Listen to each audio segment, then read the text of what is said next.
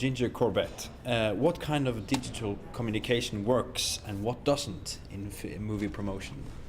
Oh, now that's a very difficult question because digital works and there's a huge market out there, but because there are so many hundreds and hundreds of websites around the world all dealing with movies, from Ain't It Cool News to Rotten Tomatoes to Little White Lies, there's hundreds of them. So it's quite a dissipating medium. What is important is actually feeding them good information and good catchy stills, images, clips that'll get their audience actually watching that. Otherwise people are going to be zooming through. What about the use of social media in movie promotion? What works and what doesn't? What channels?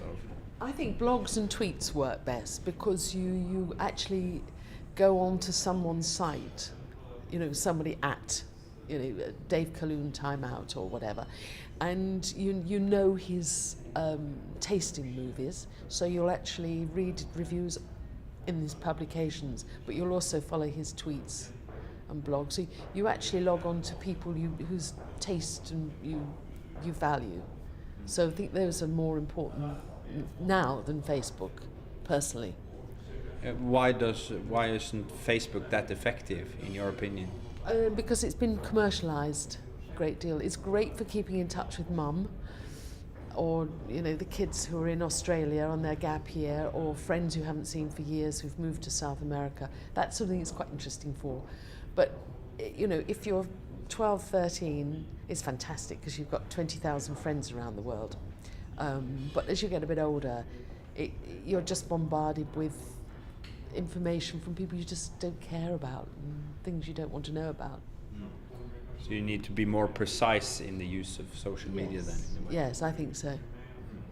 And what about the use of emails versus sort of the old-fashioned mail way of connecting to your Well, email is great for sending information because it's instant. You're sending out a press release, it gets there.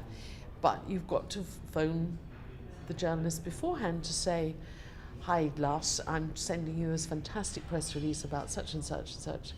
You'll get it in the next half an hour. You can leave a message on their answering machine or speak to them personally, but it's the human contact before sending it which will actually make him look through hundreds of emails and find yours. Because there is something called email fatigue. When a journalist gets so many, you just can't take them in. And unless there's a subject line which sort of zings out, Bent Hammer's new film. Oh, I like Bent Hammer. And you'll open it up and have a look. So the subject line is really important. Subject line is really, not just press release. You've got, there's 100 press releases I'm getting. And then we come to the human contact, which is also important then. Yes. How is that used in that film promotion?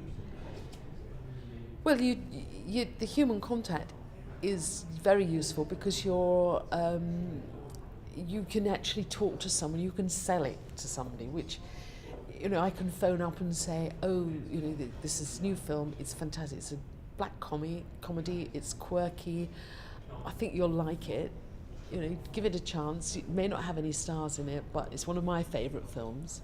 They like you, they value your judgment as well, and they're going to read the press release or think, maybe I will go and take the wife to see the press screening of that. And when you sort of work with international PR for a movie, you said during your lecture here that you sort of work as nannies for the film. Yes. In what way? Well, in my bag I've usually got sticking plasters because somebody's cut the thing. I've got needle and cotton because the pocket's torn, so I sew it up. I've got little powder things, so when I'm doing interviews like this, I can just dab their faces. I've got aspirin. I've got a pair of scissors. I've got all this sort of stuff because that's what I do. And I usually end up with 6 handbags, coats, and trundling along the street behind everybody because they have to look lovely and gorgeous in their high heels. And it's, where's the PR? Here we are. Have my handbag and have my coat. And then also before the sort of the real promotion of the film starts, to be really efficient, you have to be involved very early. It's best because the longer we have, the more ideas we can come up with, the more we can get to know everybody. So if luckily we're hired to actually do the unit publicity, we've already formed a bond with the director and the actors and the producer. We know quirky things that have happened on set. We know that this actor hates the guts of that actor, so we've got to keep them apart. All these little things that we're then familiar with. When on the next stage, you go to the festival, the actors are pleased to see you, or not if you've got a lot of press behind you. But they're familiar, and they know that you're familiar with the fact that they take their coffee black, they only drink still water. Silly little things, but it just. And you can sort of advise the producers on how to promote their movie early and where to go and what festivals and everything. Yeah. And sometimes, actually for the Queen, we had a meeting with the producers before Venice, and they were worried about going to Venice because they were going to open the film pretty soon afterwards, I think October.